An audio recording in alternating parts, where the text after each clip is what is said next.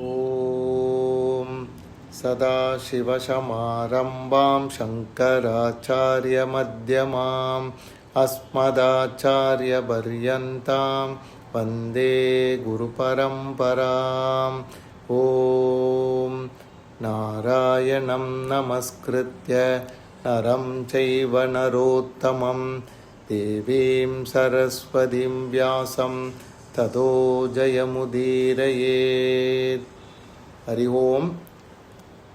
நம்ம போன கதையில் எப்படி தௌமியர் அப்படின்ற ஒரு ரிஷிக்கிட்ட ஆருணி, உபமன்யு, பைதன் அப்படின்ற 3 சிஷ்யர்கள் குருகுல வாசத்தை முடிச்சுண்டு குரு சொன்ன கட்டளைகள்லாம் கேட்டு நடந்துண்டு அவாவா வேறு ஊருக்கு போய் அவளுடைய வாழ்க்கையை ஆரம்பித்தார்கள்னு பார்த்தோம்.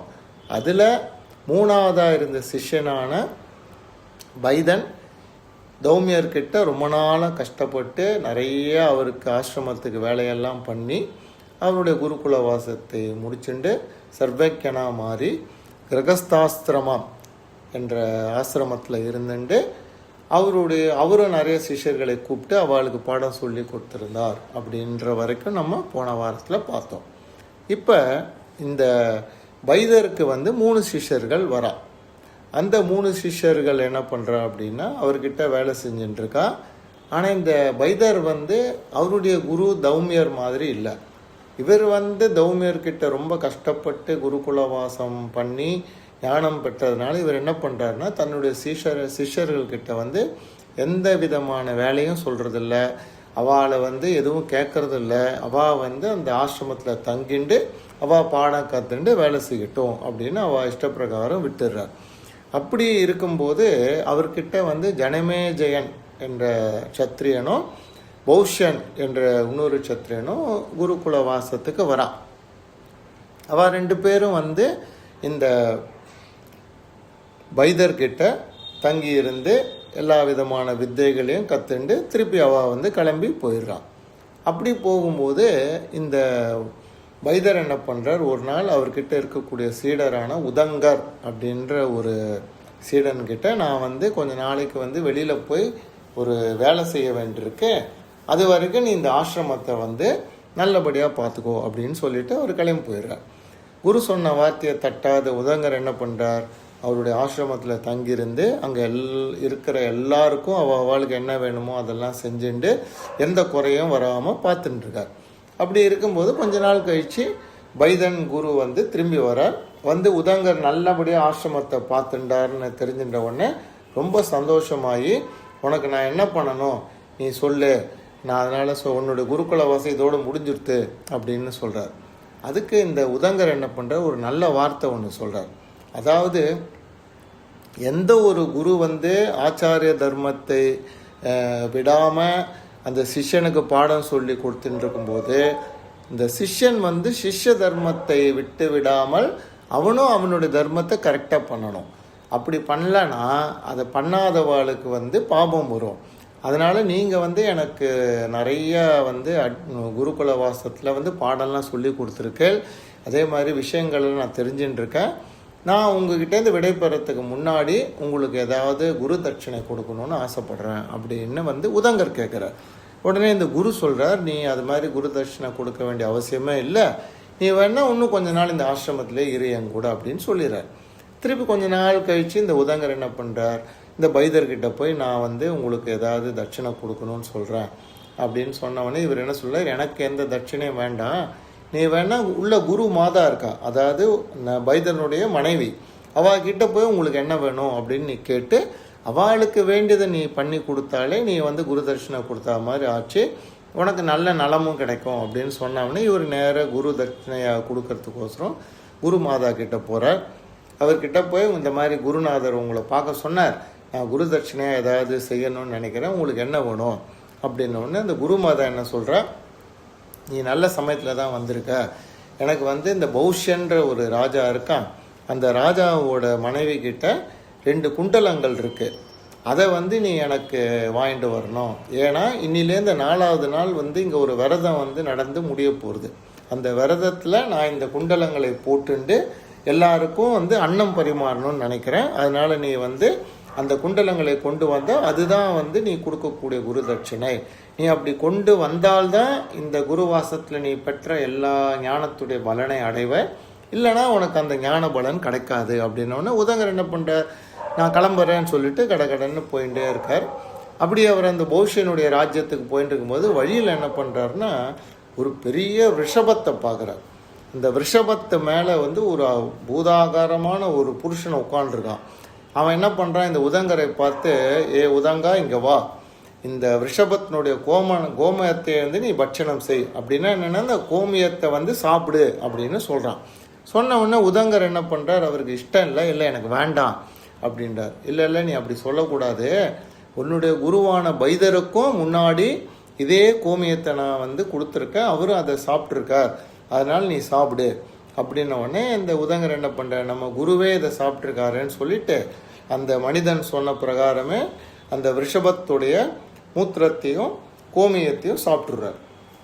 இவர் சாப்பிட்டுட்டு என்ன பண்ணுறாருன்னா அவசரமாக அந்த போய் குண்டலத்தை வாங்கணுன்ற ஒரு அவசரத்தில் இவர் வந்து தன்னை சுத்தப்படுத்திக்காமல் போயிட்டார். அதாவது ஒரு பிராமணன் எப்படி சுத்தப்படுத்திப்பான் அப்படின்னா ஆச்சமனம் பண்ணும், தண்ணீரால் வந்து அவனுடைய உடம்பு, மூக்கு, காது, கண் அவயங்களெல்லாம் சுத்தம் பண்ணிட்டு போனோம். ஆனால் இவன் என்ன பண்ணுறான், அவசரத்தில் அதை மறந்துவிட்டு அந்த கோமியத்தை சாப்பிட்டுட்டு நேராக பௌஷ்யர் ராஜா கிட்ட போகிறான்.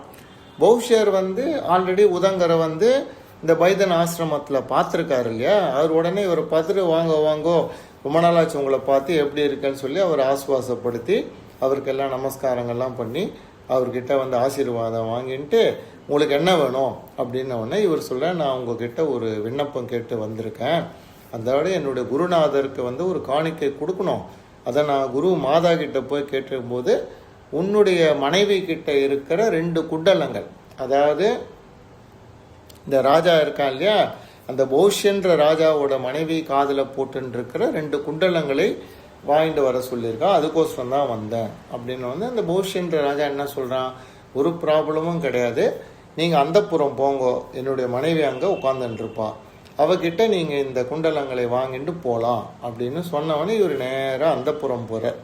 ஆனால் அந்தப்புறத்தில் வந்து உதங்கரால் ராஜாவுடைய மனைவி பார்க்க முடியல. இந்த உதங்கருக்கு கோவம் வந்துடுது, இந்த ராஜா நம்மளை வந்து சும்மாவே அங்கே அனுப்பிச்சுட்டான்னு சொல்லிட்டு வேகமாக வந்து இந்த பௌஷ்யன்ற ராஜா கிட்ட, நீ வந்து அரண்மனையில் இல்லாத ராணியை பாருன்னு என்னை போய் சொல்லிட்டியே அப்படின்ன உடனே இந்த பௌஷ்யன் சொல்கிறேன், கண்டிப்பாக அப்படி இருக்க வாய்ப்பே இல்லை, ஏன்னா ராணி அங்கே தான் இருக்கா அப்படின்னு சொல்லிட்டு ஒரு நிமிஷம் யோசிக்கிறான். யோசிச்சுட்டு என்ன சொல்கிறான், என்னுடைய மனைவி வந்து மிகச்சிறந்த கற்புக்கரசி, அவளை வந்து அசுத்தமாக இருக்கிறவாளோ இல்லை அசூஷையாக இருக்கிறவாளோ அவளை பார்க்க முடியாது, நல்லா நீங்கள் யோசனை பண்ணி பாருங்க, நீங்கள் வந்து சுத்தமாக இருக்கலாம் இல்லை அசுத்தமாக இருக்கலாம் அப்படின்னு இந்த உதங்கர்கிட்ட கேட்குறாரு. அப்போ உதங்கர் யோசனை பண்ணிவிட்டு, ஓஹோ ஆமாம், நான் வந்து அந்த ரிஷபத்கிட்டேருந்து வாங்கி சாப்பிட்ட கோமியத்தை முடித்த அப்புறம் நான் வந்து என்னை சுத்தம் பண்ணிக்காமல் வந்துட்டேன், அதனால தான் இது நடந்திருக்கு அப்படின்னு சொல்லிட்டு இவர் என்ன பண்ணுறாரு, கடன்னு எழுந்து கை காலெல்லாம் அலம்பிண்டு அந்த இடத்துல கிழக்க பார்த்து உட்காந்துண்டு அவர் என்ன பண்ணுறார், ஆச்சமனத்தை பண்ணுறார். அந்த ஆச்சமனம் எப்படி பண்ணணும் அப்படின்னு கூட இந்த மகாபாரத்தில் சொல்லியிருக்காள். அது கேட்டேன்னா நம்ம வந்து ஆச்சமனம் பண்ணும்போது நம்ம யூஸ் பண்ணக்கூடிய வாட்டர் வந்து நுரை இருக்கக்கூடாது, அதே மாதிரி அந்த வாட்டரை வந்து ஒரு சூடு பண்ண வாட்டர், அது ஹாட் வாட்டராக இருக்கக்கூடாது. அப்புறம் அந்த தீர்த்தத்தை வந்து நம்ம சாப்பிடும்போது அது நம்ம வாயிலேருந்து மார்பு வரைக்கும் அந்த தண்ணி போகிறத நம்ம வந்து ஃபீல் பண்ணணும். அப்புறம் சப்தம் இல்லாமல் அந்த வாட்டரை வந்து நம்ம சாப்பிடணும். அதுக்கப்புறம் 3 முறை இது மாதிரி பண்ணிவிட்டு 2 வாட்டி கண், காது, மூக்கு இந்த இடத்தெல்லாம் வந்து ஜலத்தால் தொடச்சிக்கணும். இதுதான் வந்து ஆச்சமனம் அப்படின்னு இந்த மகாபாரத புக்கில் போட்டிருக்கான். அதை உதங்கர் கரெக்டாக பண்ணிவிட்டு நேராக அந்தப்புறம் போகிறார். அவரால் ராஜபத்னியை பார்க்க முடியுது.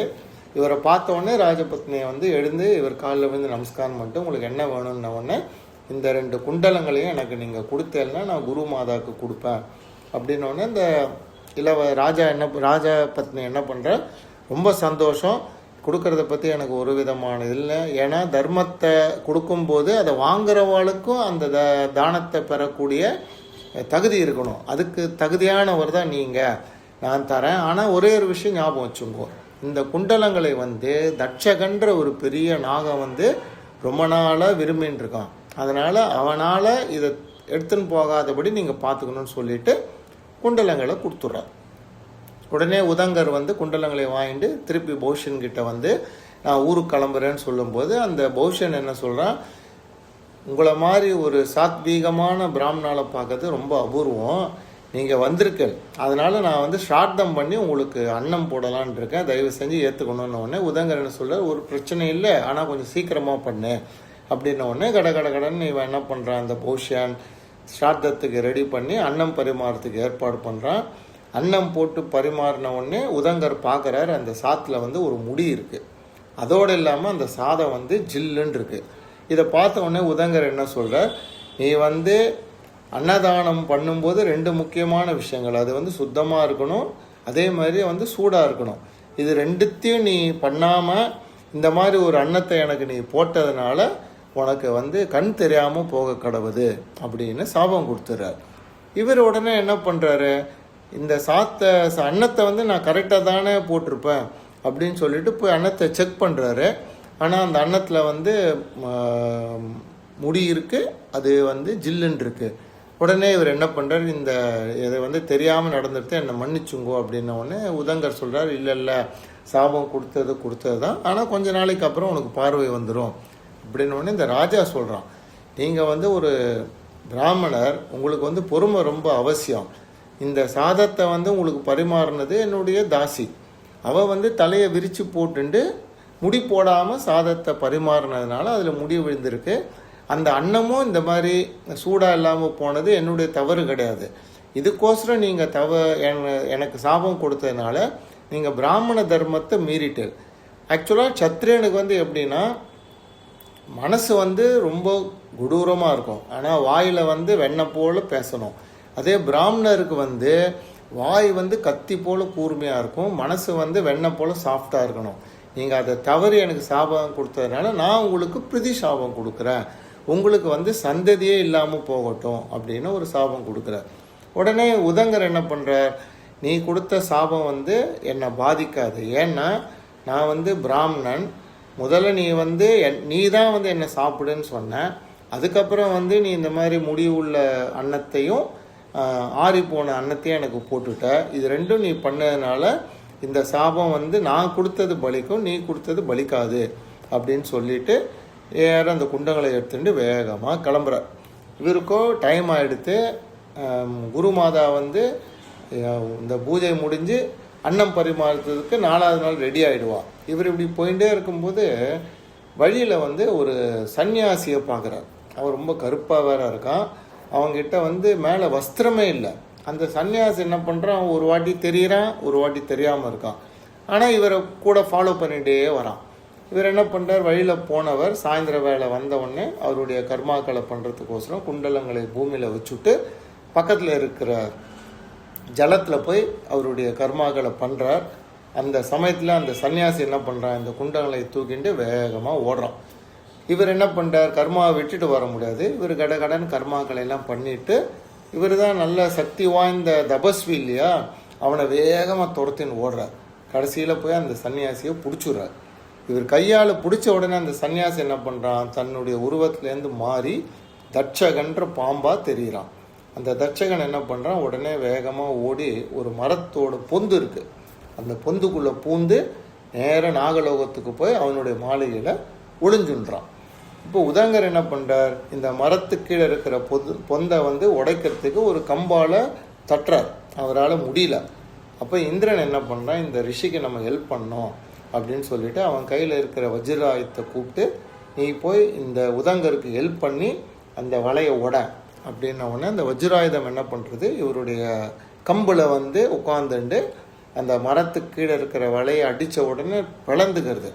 பிளந்த உடனே உதங்கர் அது வழியாக உள்ளே ஓடுறார். ஓடினா ஆச்சரியமாக இருக்கிற அளவுக்கு பெரிய பெரிய மாளிகைகள், அப்புறம் வீடுகள், அப்புறம் 100கணக்கான நாகங்கள், அப்புறம் நிறைய வந்து ஏரிக்கரைகள், இதெல்லாம் பார்த்துட்டு பார்த்தா அந்த இடத்துல வந்து நாகலோகம்னு அவருக்கு தெரிஞ்சு விடுறது. இப்போ இவர் வந்து ஒரு பிராமணர் மற்றும் தபஸ்வி. இவர் என்ன பண்ணுறார், நாகங்கள்லாம் அங்கே இருக்கிறத பார்த்துட்டு அவள் எல்லாரையும் நினச்சி பிரார்த்தனை பண்ணுறார், அவளை வாழ்த்தி ஸ்லோகங்கள் பாடுறார். இந்த ஸ்லோகங்கள் ரொம்ப அழகாக இந்த மகாபாரத புக்கில் கொடுத்துருக்கு. இதை பற்றி நான் அடுத்த என்னோடய எபிசோடில் நான் அதை சொல்கிறேன். இப்போ அவர் வந்து நல்ல பிரார்த்தனை பண்ணி தட்சணையும் பிரார்த்தனை பண்ணுறார். ஆனால் தட்சகன் வந்து அந்த குண்டலங்களை கொடுக்கல. இது மாதிரி வரல அப்படின்னோடனே இவருக்கு ரொம்ப வருத்தமாகுது. வருத்தமானவொடனே கவலையாயிடுது, நம்ம எப்படி இந்த குண்டலத்தை எடுத்துன்னு போகிறது அப்படின்னு சொல்லிட்டு இந்த 3 லோகத்துக்கும் தேவனாக இருக்கிற இந்திர பகவானை நினச்சி அவரை பிரார்த்தனை பண்ணுறார். பிரார்த்தனை பண்ணி இந்திரனுடைய பெருமைகளை எல்லாம் எடுத்து சொல்லி நீங்கள் எனக்கு ஹெல்ப் பண்ணோம் அப்படின்னோடனே ஒரு குதிரை வருது. அந்த குதிரை மேலே ஒருத்தன் உட்காண்டிருக்கான். அவனை பார்த்த உடனே அந்த புருஷங்கிட்ட இந்த உதங்கர் என்ன பண்ணுறார், எனக்கு நான் வந்து இந்திரனை நோக்கி பிரார்த்தனை பண்ணதுனால நீங்கள் வந்திருக்கல, நீங்கள் எனக்கு எதாவது செய்ய முடியுமான்னா உனக்கு என்ன வேணும்னு கேட்குறார். இந்த மாதிரி வந்து இந்த நாகங்கள்லாம் எனக்கு ஒன்றும் வசப்பட மாட்டேங்கிறது, நான் குண்டலங்களை எடுத்துன்னு போகலன்னா என்னோடய குருமாதா வந்து நான் படித்த பாடங்களுக்கான பலன் கிடைக்காதுன்னு சொல்லிட்டா அப்படின்ன உடனே அந்த புருஷன் என்ன பண்ணுறான், உதங்கரை பார்த்து நீங்கள் இந்த குதிரையோட வால் இருக்கு இல்லையா, அந்த வாலில் வாயை வச்சு ஊதுங்கோ அப்படின்றான். உதங்கர் அதே மாதிரி வாயை வச்சு ஊதுறார். ஊதின க்ஷணத்தில் அந்த குதிரை வால்லேருந்து அப்படியே நெருப்பு பொறியாக வருது. அந்த நெருப்பு பொறி என்ன பண்ணுறது, ஒரு மிகப்பெரிய தீயாக மாறி அந்த நாகலோகத்தை பூரா தகிக்கிறது. அதே மாதிரி தட்சகன் ஒளிஞ்சின்னு இருக்கிற இடத்தையும் போய் அதை தகிக்கிறது. உடனே தட்சகன் பார்த்தான், இனிமேட்டு நம்ம இதை வச்சுருந்தோம்னா நம்மளை இந்த அக்னி வந்து பொசுக்கிடும்னு சொல்லிட்டு வேகமாக வெளியில் வரான். உதங்கர் காலில் விடுறான், மன்னிச்சுங்கோ, இந்த குண்டலங்களை நீங்கள் எடுத்துன்னு போகலாம் அப்படின்னோடனே உதங்கர் என்ன பண்ணுறார், அதை வாங்கிக்கிறார். திருப்பி அந்த குதிரை மேலே இருக்கிற புருஷனை பார்த்து, நான் நாளைக்கு காலையிலக்குள்ளே அங்கே போய் சேரணும், இப்போவே லேட் ஆகிடுத்து, நான் எப்படி போவேன் என்னுடைய ஆசிரமத்துக்குன்னு ஒன்று அந்த புருஷன் சொல்கிறான், நீங்கள் கவலைப்படாது, என் கூட இந்த குதிரை மேலே ஏறிங்கோ, ஒரு க்ஷணத்தில் உங்களை கொண்டு நான் விட்டுடுறேன் அப்படின்னோடனே அடுத்த க்ஷணம் அந்த குதிரை மேலே இருந்த புருஷன் இவரை கொண்டு போய் அந்த ஆசிரமத்தில் விட்டுடுறான். இப்போ இவருடைய குருநாதரான பைதர் வெயிட் பண்ணிகிட்டே இருக்கார். வந்துட்டியா உதங்கரே, சீக்கிரமாக உள்ளே போங்கோ, குருமாதா வெயிட் பண்ணிட்டு இருக்காருன்னொடனே இவர் நேராக வேகமாக உள்ளே போகிறார். அந்த குருமாதா வெயிட் பண்ணிகிட்டே இருக்கா. இவரை பார்த்த உடனே, நல்ல வேலை நீ கரெக்ட் டயத்துக்கு வந்துட்ட, குண்டலங்களை கொடு, நான் அதை மாட்டின்ட்டு எல்லாருக்கும் அன்னம் பரிமாறணும், நீ ஒரு நிமிஷம் வரலை அப்படின்னா இந்நேரம் நான் உனக்கு சாபம் கொடுத்துருப்பேன், நீ கட்டுற எல்லா வித்தையும் வேஸ்ட்டாக போயிருக்கும் அப்படின்னு சொன்னவொடனே கொடுத்துட்டு திரும்பி இவன் அவர் குருநாதரான பைதரை பார்க்குறான். அப்போ பைதர்கிட்ட கேட்குறான், எனக்கு சில சந்தேகங்கள் இருக்குது அப்படின்னோடனே என்னன்னு கேட்குறேன். நான் குண்டலங்களை தேடி போகும்போது ஒரு பெரிய ரிஷபத்தை மேலே ஒருத்தன் உட்காந்துருந்தான். அவர் யார், அவர் எனக்கு அந்த கோமியத்தை கொடுத்து சாப்பிடுன்னார், நீங்களும் சாப்பிட்டேன்னு சொன்னாரே அப்படின்னோடனே இந்த பைதர் சொல்கிறார், அவர் வேறு யாரும் இல்லை, அவர் உட்கார்ந்திருந்த ரிஷபந்தான் இந்திரனுடைய வாகனமான ஐராவதம் என்ற யானை, அது மேலே உட்கார்ந்தது சாட்சாத் இந்திரன் தான். அவன் கொடுத்த கோமியம் தேவலோகத்து அமிர்தம், அதை எனக்கு கொடுத்தா மாதிரி உனக்கு கொடுத்ததுனால தான் உன்னால் நாகலோகத்துக்குள்ளெல்லாம் போக முடிஞ்சுது, அதனால் நீ இந்திர பகவானுடைய அருளை டைரெக்டாக உனக்கு கிடச்சிருக்கு அப்படின்ன உடனே இவர் திருப்பி கேட்குறார், அதே மாதிரி எனக்கு நாகலோகத்தில் ஒரு குதிரை மேலே ஒரு புருஷன் ஹெல்ப் பண்ணானே, அவன் யார் அப்படின்னோடனே அந்த புருஷனும் இந்திரன் தான். அவன் குதிரை தான் அக்னி பகவான், அதனால தான் நீ அந்த குதிரையோட வாலில் ஊதின போது அக்னி என்டையர் நாகலோகத்தை தகிக்கிற மாதிரி ஆயிடுத்து அப்படின்னு சொன்ன உடனே இவருக்கு ரொம்ப சந்தோஷம். குருவை திருப்பி நமஸ்காரம் பண்ணுறார். பைதர்ன்ற குரு உதங்கா, உன்னுடைய குருவாசம் முடிஞ்சு போச்சு, நீ ஊருக்கு போகலாம் அப்படின்னு சொன்ன உடனே அவர்கிட்டேருந்து இவர் விடைபெற்று நேராக கிளம்பி ஊருக்கு வர்றார். ஆனால் உதங்கர் மனத்தில் இருக்கிற கோபம் தனியவே இல்லை. நம்மளை இப்படி அலைக்கழிக்க விட்ட இந்த தட்சகனையும் அவனை சார்ந்த நாகங்களையும் நம்ம ஏதாவது பண்ணணும் அப்படின்னு சொல்லிட்டு என்ன பண்ணுறார், நேராக ஜனமேஜயனுடைய ஊருக்கு போகிறார். ஜனமேஜயன் அப்போ தான் நிறையா ஊருக்கெல்லாம் போய் சண்டை போட்டு எல்லா நாடுகளையும் வெற்றி பெற்றுட்டு அவன் சபையில் உட்காந்துட்டு அவன் மந்திரிகளோடு பேசிட்டு அளவலாவிட்டு சந்தோஷமாக இருக்கான். இந்த உதங்கர் என்ன பண்ணுறார், நேராக அந்த சபையில் போய் ஜனமேஜயனை பார்த்தோன்னே, ஜனமேஜயன் ஒரு பிராமணர் வந்திருக்கார் இல்லையா, உடனே அவரை வணங்கி அவரை உட்காத்தி வச்சு ஆசுவாசப்படுத்திட்டு என்ன விஷயமா வந்தேன் அப்படின்னோடனே இப்போ உதங்கர் சொல்கிறார், ஏ ராஜா, உன்னுடைய சொந்த காரியம், நீ பண்ண வேண்டிய ஒரு காரியத்தை விட்டுட்டு பாக்கி வேலையெல்லாம் நீ பண்ணிட்டு இருக்கிய, இது எந்த வகையில் நியாயம்? உன்னுடைய அப்பாவான பரீட்சித்தை கொலை பண்ண தட்சகன்ற பாம்பு, அதாவது கடித்து விஷம் ஏறி அவர் இறந்து போயிட்டார் இல்லையா, அந்த காரியத்தை பண்ண தட்சகன் இன்னும் இருக்கான். அவனை நீ பழி வாங்க வேண்டாமா? அந்த பழி வாங்குற செயலுக்கோசரம் நீ ஒரு பெரிய சர்ப்ப யாகம் பண்ணினாதான் இந்த நாகங்கள்லாம் அதில் விழுந்து அவெல்லாம் மறிச்சு போவா. ஸோ இதை பண்ணாமல் நீ வேற எந்தெந்த வேலையோ பண்ணிட்டு இருக்கிய. அந்த தட்சகன் உனக்கு மாத்திரம் உங்கள் அப்பாவுக்கு மாத்திரம் கெடுதல் பண்ணல. அவன் என்ன பண்ணியிருக்கான்னா, உங்கள் அப்பாவை விஷம் கடிச்சா காப்பாற்றணும்னு வந்த கஷ்யபர முனிவரை கூட திருப்பி அனுப்பிச்சி விட்டான். அதே தட்சகன் தான் நான் எடுத்துன்னு வர குண்டலங்களை திருடின்னு போய் என்னை அனாவசியமாக அலக்கழிக்க வச்சு இந்த மாதிரி கஷ்டப்படுத்திட்டான். அதனால் நீ உடனடியாக இந்த சர்ப்ப யாகத்தை பண்ணி அந்த நாகங்களை எல்லாம் நீ தண்டிக்கணும் அப்படின்னு உடனே ஜனமேஜயன் உடனே டிசைட் பண்ணுறார். ஓஹோ, நம்ம அப்பாவை இந்த தட்சகன்ற நாகன் கடித்து கொண்டதுக்கு பின்னாடி இவ்வளோ பெரிய விஷயம் இருக்கான்னு சொல்லிட்டு உடனடியாக இந்த சர்ப்ப யாகத்தை பண்ணலாம் அப்படின்னு அவர் ரெடி ஆகிறார். இதுதான் ஜனமேஜயர் சர்ப்ப யாகத்தை ஆரம்பிப்பதற்காக உதங்கர் தான் அதுக்கு உதவியாக இருந்து பண்ணினார் அப்படின்ற கதை. இந்த கதையை நம்ம இது வரைக்கும் கேட்டோம். நம்ம அடுத்தது இந்த ஜனமேஜயர் பண்ணக்கூடிய சர்ப்ப யாகத்தில் எப்படி அந்த சர்ப்பங்கள் நம்ம ஆஸ்திகரால் காப்பாற்றப்பட்டது, அடுத்தது இந்த சர்ப்பங்கள் இவருடைய யாகத்தில் விழணும் அப்படின்ற சாபம் அவளுக்கு யாருக்கு கிடைச்சது, இந்த விஷயங்கள் எல்லாம் அடுத்த கதையில் பார்ப்போம். ஹரி ஓம்.